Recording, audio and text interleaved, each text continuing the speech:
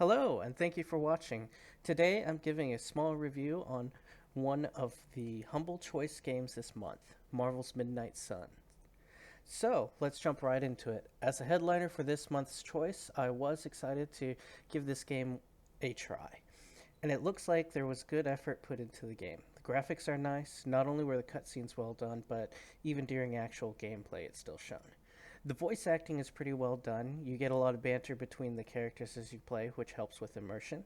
I definitely enjoyed the music. Everything from the battle music to background music during scenes and transitions was well done. Now, as for actual gameplay, there are several options for difficulty, but it looks like only easy and normal start were available. Harder difficulties probably require an additional playthrough. After an intro cutscene featuring Strange, Stark, and Blaze, it drops you into a tutorial battle. The tutorial was pretty well done. It walked you through the battle process and explained available actions, including things like movement, attacks, using the environment, and building up heroic energy for the hero's stronger attacks. I was pleasantly surprised it was a deck building type game. Probably common knowledge, but I went into this one blind. There is not much strategy for movement other than the occasional positioning for certain combo attacks or using the environment. As far as I played into the game, there didn't seem to be too many attacks uh, with a range limit. Pretty much all my characters could attack someone across the small maps. Most of the range restrictions seemed to come from enemies when they'd set up a blast radius and you need to either move out of it or finish it before it went off. There was some interesting environmental interactions like picking up debris and hitting the opponent or knocking an enemy into an electrical device to stun them. But I do feel there's some variation, like with Strange doing knockbacks instead of regular attacks. You have some who had additional heals, or like Blade, who could attack regen like his vampire heritage. The animations for attacks were pretty nice, though. You definitely got more variation with their heroic attacks, like Marvel's Super Saiyan mode.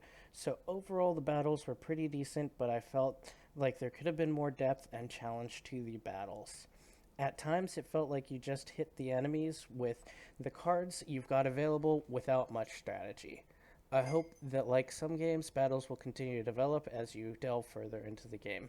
Thus far, there hasn't been much option for designing a deck. You can combine cards to get stronger versions, but I haven't acquired many cards yet, so I haven't had the chance to see what can really be done. I played for about 2.5 hours, mostly wanted to get a taste so that I could present it to people considering the choice this month.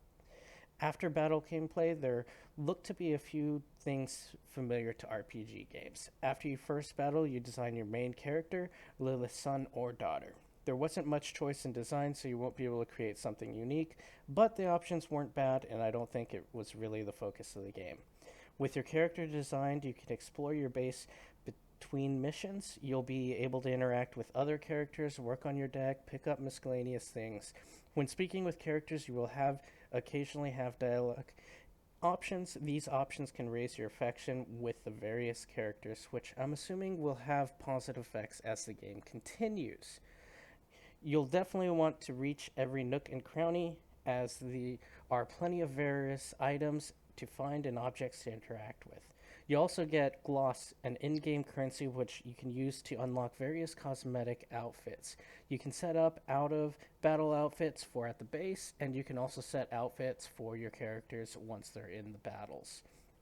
Whenever you are ready to move on, you go to speak to the marked quest giver and can use the mission table to select your missions. Story wise, it seems pretty interesting, and given the background information involving the story is being revealed over time, I definitely feel like this is going to be a full length game and not some 20 minutes and done game, which is awesome. Other than covering all of that, the only other thing that seemed to get me was the loading time seemed a little long. So overall, I'd say this is a great game for the choice package this month and already makes it worth getting in my book. This game I will be playing to completion, so I may make a follow-up video to see how the game progressed, but it probably won't be before choice is done this month. So far, one game in the group is a hit, and the rest are as of yet unreviewed. I will be doing a video for Rogue Book next, I don't have any experience with reviewing, so if there is anything you'd like me to include or change for future reviews, please feel free to leave a comment, as I'd very much like feedback. Thank you.